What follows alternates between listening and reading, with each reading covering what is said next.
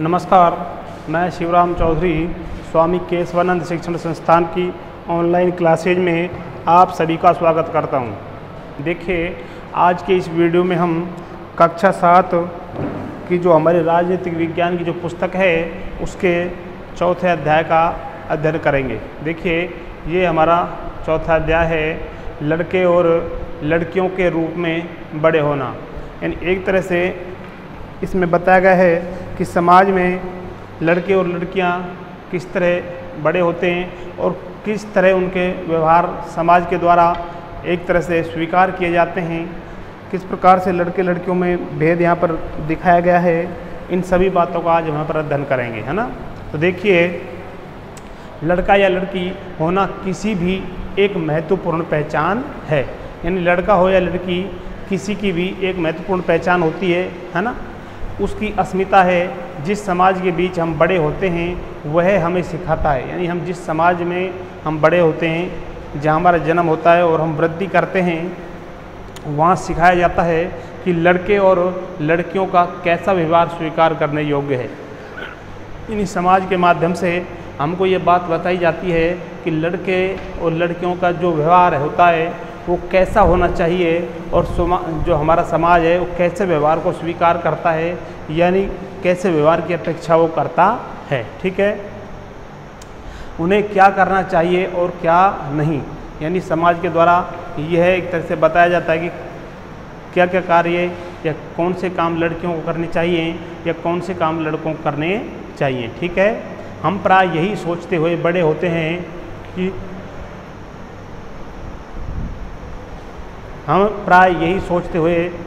होते हैं कि ये बातें सब जगह बिल्कुल एक सी हैं। यानी हमारा एक तरह से हमारी सोच में ऐसा होता है कि ये सब बातें जो होती हैं सभी जगह एक जैसी होती हैं, परंतु क्या सभी समाजों में, यानी जितने भी समाज हैं, है ना, क्या सभी समाजों में लड़के और लड़कियों के प्रति एक जैसा ही नज़रिया है।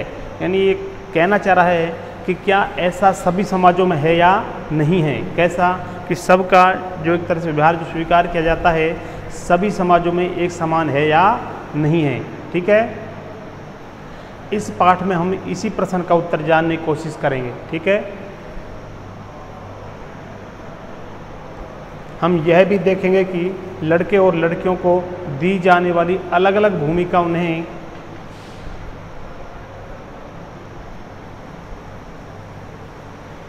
भविष्य में स्त्री और पुरुष की भूमिका के लिए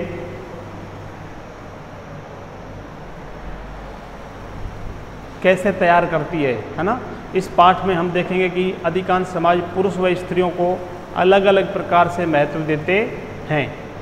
स्त्रियां जिन भूमिकाओं का निर्वहन करती हैं उन्हें पुरुषों द्वारा निर्वाह की जाने वाली भूमिकाओं और कार्यों से कम महत्व दिया जाता है। यानी एक तरह से यहाँ पर बताया गया है कि समाज में किस तरह स्त्री और पुरुषों के कार्यों में भी भेदभाव किया जाता है।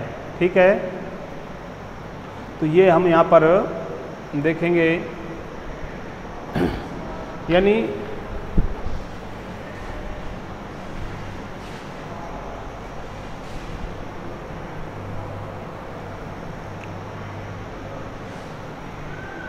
इस पाठ में हम यह भी देखेंगे कि स्त्री और पुरुष के बीच काम के क्षेत्र में असमानताएं कैसे उभरती हैं। ये इस बात का भी हम यहाँ पर अध्ययन करेंगे कि स्त्री और पुरुष के जो कार्य होते हैं उनमें कैसे भेदभाव किया जाता है। ठीक है, 1920 के दशक में सामोआ द्वीप में बच्चों का बड़ा होना। यानी एक तरह से 1920 के दशक की बात की जा रही है। एक द्वीप है, कौन सा, सामोआ, है ना, उसमें बच्चों का बड़ा होना। यानी किस प्रकार से बड़े होने पर बच्चों के व्यवहार वहाँ पर किए जाते हैं, उनका यहाँ पर वर्णन किया गया है ना। सामोआ द्वीप प्रशांत महासागर के दक्षिण में स्थित छोटे छोटे द्वीपों के समूह का ही एक भाग है। सामोअन समाज पर किए गए अनुसंधान की रिपोर्ट के अनुसार 1920 के दशक में बच्चे स्कूल नहीं जाते थे। यानी उस समय टाइम ऐसा था कि जो छोटे बच्चे होते थे वो स्कूल नहीं जाते थे, है ना। वे बड़े बच्चों और वयस्कों से ही बहुत सी बातें सीखते थे। यानी उस समय स्कूल नहीं जाते थे, वो जो बातें होती थी वो बातें अपने से बड़ों से ही सीखते थे। ठीक है, जैसे छोटे बच्चों की देखभाल या घर का काम कैसे करना है आदि। द्वीपों पर मछली पकड़ना महत्वपूर्ण कार्य था। यानी जो द्वीप होते हैं उनका यहाँ पर एक तरह से महत्वपूर्ण जो कार्य होता है, वहाँ का जो व्यवसाय होता है उसके बारे में बताया गया है कि वहाँ का जो प्रमुख व्यवसाय है क्या है, मछली पकड़ना। ठीक है, इसलिए किशोर बच्चे मछली पकड़ने के लिए सुदूर यात्राओं पर जाना सीखते थे। यानी उस समय के जो एक तरह से बच्चे होते थे वो भी इसी व्यवसाय को, इसी कार्य को सीखते थे और क्या करते थे, दूर दूर तक यात्राओं पर जाते थे। ठीक है, लेकिन ये बातें वे अपने बचपन के अलग अलग समय पर सीखते थे, है ना। यानी बचपन, जवानी, बुढ़ापा, जिस समय जिस काम को सीखने की ज़रूरत होती है उसी हिसाब से काम को सीखते थे। ठीक है, छोटे बच्चे जैसे ही चलना शुरू कर देते थे उनकी माताएं या बड़े लोग उनकी देखभाल करना बंद कर देते थे। बताया गया है कि जब बच्चे छोटे होते थे, बिल्कुल, है ना, जब वो चल नहीं सकते थे तो माता पिता उनकी देखभाल करते थे। लेकिन जब वो चलने के लायक हो जाते थे, चल सकते थे, उनकी माता या बड़े लोग उनकी देखभाल करना बंद कर देते थे। यह जिम्मेदारी बड़े बच्चों पर आ जाती थी। यानी जो उनसे बड़े होते थे उन बच्चों को ये जिम्मेवारी सौंपी जाती थी और माता पिता उस जिम्मेवारी से फ्री हो जाते थे, एक तरह से निवृत्त हो जाते थे। जो प्राय स्वयं भी 5 वर्ष के आसपास की उम्र के होते थे, लड़के और लड़कियां दोनों अपने छोटे भाई बहनों की देखभाल करते थे। लेकिन जब कोई लड़का लगभग 9 वर्ष का हो जाता था वह बड़े लड़के को सम्मिलित हो जाता था। यानी आयु के हिसाब से देखिए यहाँ पर बताया गया है ना, कि जब 5 वर्ष के आसपास के होते थे तो अपने छोटे भाई बहनों की देखभाल करते थे और जैसे ही करीब 9 वर्ष की उम्र होती थी तो बड़े लड़कों के समूह में सम्मिलित हो जाते थे। ठीक है, और बाहर के काम सीखता था, जैसे मछली पकड़ना और नारियल के पेड़ लगाना। लड़कियां जब 13-14 साल की ही नहीं हो जाती थी, छोटे बच्चों की देखभाल और बड़े लोगों के छोटे मोटे कार्य करती रहती थी। यानी एक तरह से घर की जो जिम्मेवारी होती थी वो ज़्यादातर किस पर होती थी, लड़कियों पर। ठीक है, लेकिन एक बार जब वो 13-14 साल की हो जाती थी वो वे अधिक स्वतंत्र होती थी। लगभग 14 वर्ष की उम्र के बाद वे भी मछली पकड़ने जाती थी, बागानों में काम करती थी और डलियाँ बुनना सीखती थी। खाना पकाने का काम अलग से बनाए गए रसोई घरों में ही होता था, जहाँ लड़कों को ही अधिकांश काम करना होता था और लड़कियाँ उनकी मदद करती थी। यानी खाना बनाने में लड़के सहयोग करते थे। ठीक है, अब देखते हैं 1960 के दशक में मध्य प्रदेश में पुरुष के रूप में बड़ा होना। वो तो बताया गया था स्वाम्बा द्वीप में, है ना, 1920 के दशक में। अब यह बताया गया है 1960 के दशक में मध्य प्रदेश में पुरुष के रूप में बड़ा होना। देखेंगे निम्नलिखित आलेख 1960 में मध्य प्रदेश के छोटे शहर में रहने और स्कूल जाने के वर्णन से लिया गया है ना। कक्षा 6 में आने के बाद लड़के और लड़कियां अलग अलग स्कूलों में जाते थे। लड़कियों के स्कूल लड़कों के स्कूल से बिल्कुल अलग ढंग से बनाए जाते थे।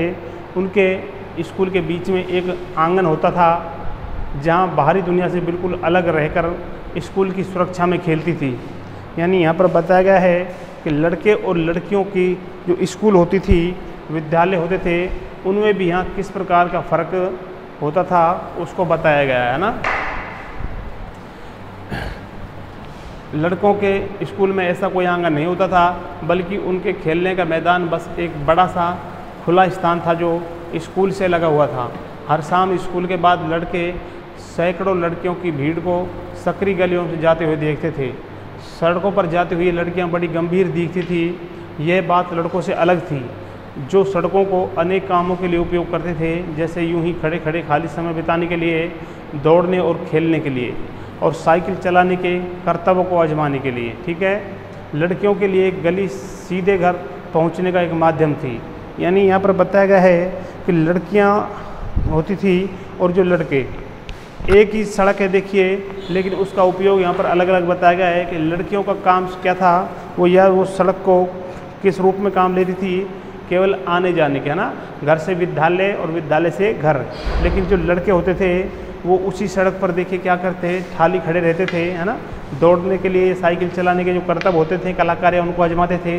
और लड़कियों के लिए गली सीधे घर पहुंचने का ही एक माध्यम थी। ठीक है, लड़कियां हमेशा समूहों में जाती थी, यानी झुंड बना करके 5-7 लड़कियां इकट्ठी होकर के, शायद उनके मन में यह डर रहता था कि कोई उन्हें छेड़ने दे या उन पर हमला न कर दे। तो बताया गया है कि लड़कियों के अंदर ऐसा शक होता था, ऐसा उनको शंका होती थी कि अकेली अगर जाएंगी तो हो सकता है उनको कोई छेड़ दे, है ना, कोई उनको परेशान करे।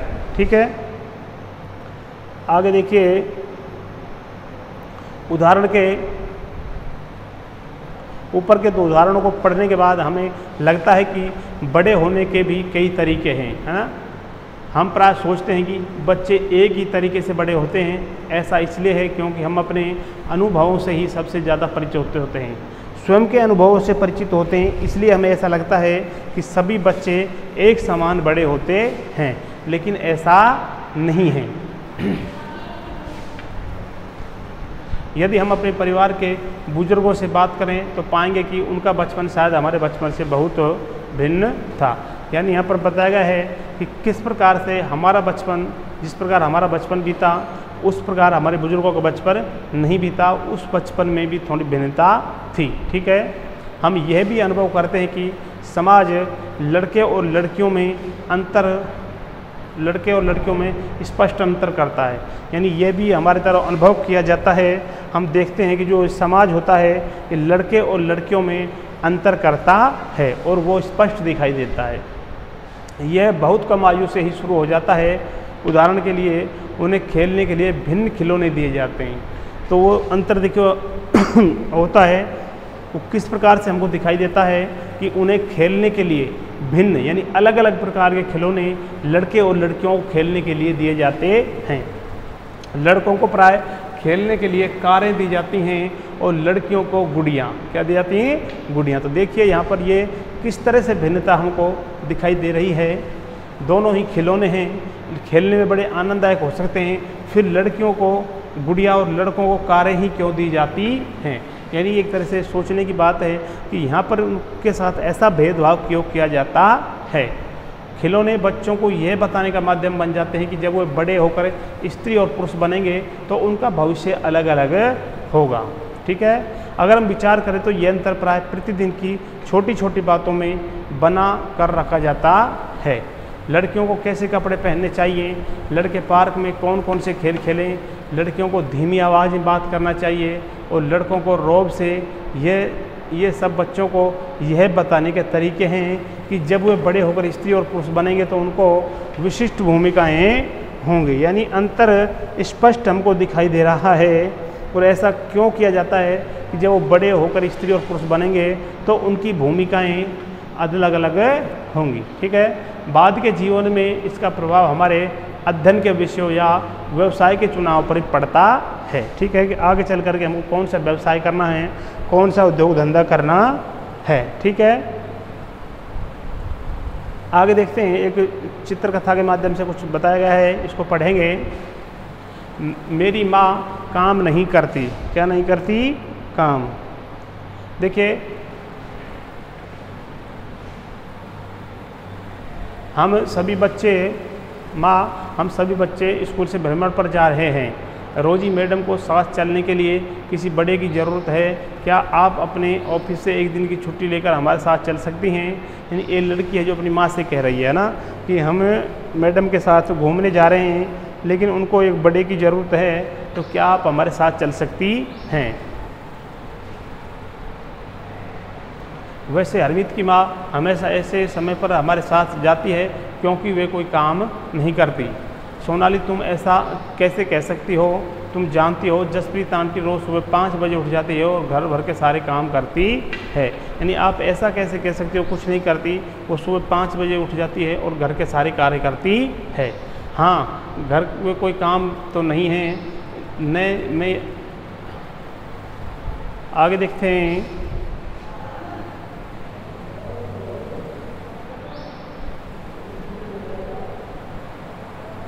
देखिए, अधिकांश समाजों में जिनमें हमारा समाज भी सम्मिलित है, पुरुषों और स्त्रियों की भूमिकाओं को उनके काम के महत्व को समान नहीं समझा जाता। यानी हमारे समाज में स्त्री और पुरुषों के जो अलग अलग कार्य होते हैं उनको एक समान नहीं समझा जाता है।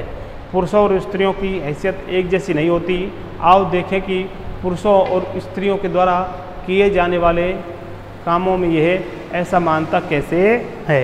यानी यहाँ से आगे हमको समझना है कि ये जो असमानता भिन्नता हमको स्त्री और पुरुषों में, लड़के और लड़कियों में हमको दिखाई दे रही है, ये एक प्रकार से ये असमानता क्यों है। ठीक है, तो अगला बिंदु हम देखेंगे घरेलू काम का मूल्य। ठीक है, आज के वीडियो में इतना ही। अगले वीडियो में आपसे फिर मुलाकात होगी। नमस्कार, धन्यवाद।